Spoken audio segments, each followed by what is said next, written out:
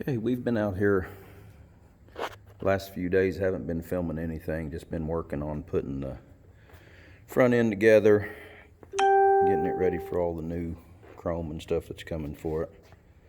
Got the headlight buckets in it, got the inner fenders in it.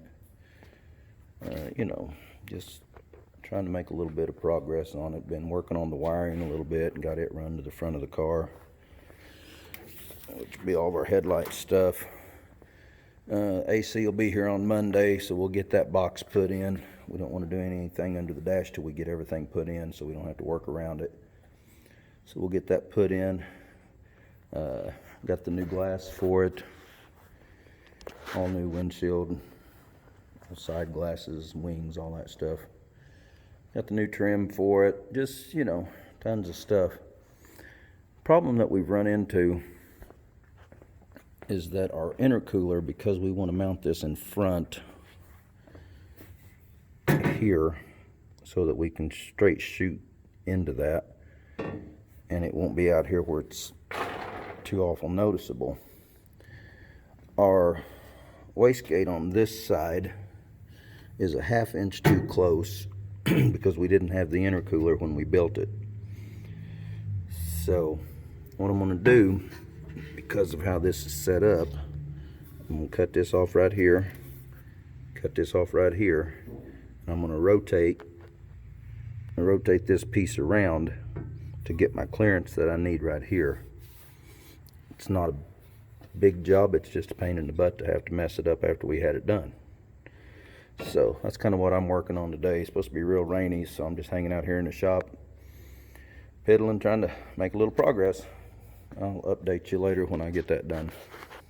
Okay, been out here working on this thing again. So before, we could not get the blow-off valve to clear the intercooler here. Wastegate, I'm sorry.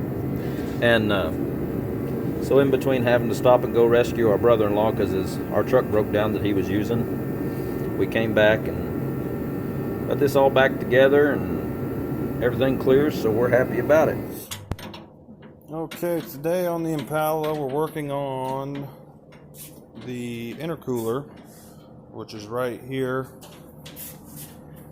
It's dual inlets on the bottom, one outlet on the top.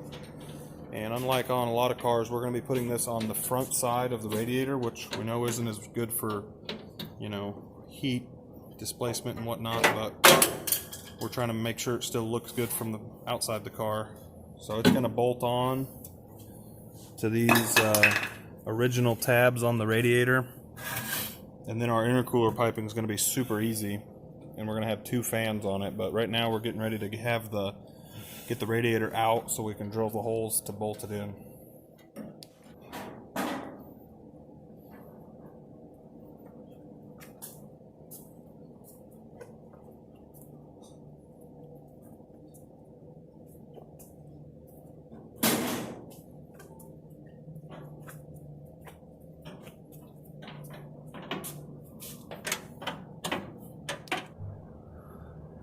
We've got the intercooler laying on the radiator where we marked it in the car. That's how it's going to sit. We've got it clamped on with some vice grips, and now we're going to get ready to drill some holes so that we can bolt it together.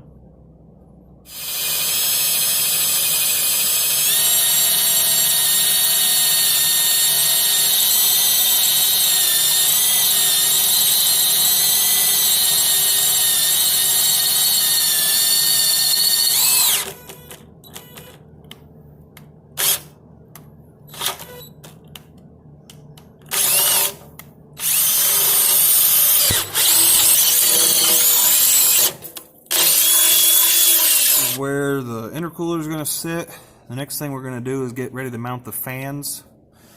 Now for fans, we've got these little 7-inch fans, which are not very big but don't really have a lot of room. We're going to run 2 of these off of 1 relay, and then we're going to have a big 16-inch fan or something that will go on the front of the AC condenser that's going to be on the front of this thing. So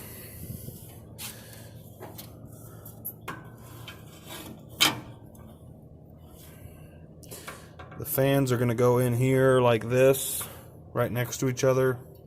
We're just trying to keep them in far enough so that when the wastegates are on, they don't hit them. But we're going to take this back out of the car now that we've marked where the fans are going to go and get them attached, and then put this whole thing in as one unit. Not sure where we left off with this.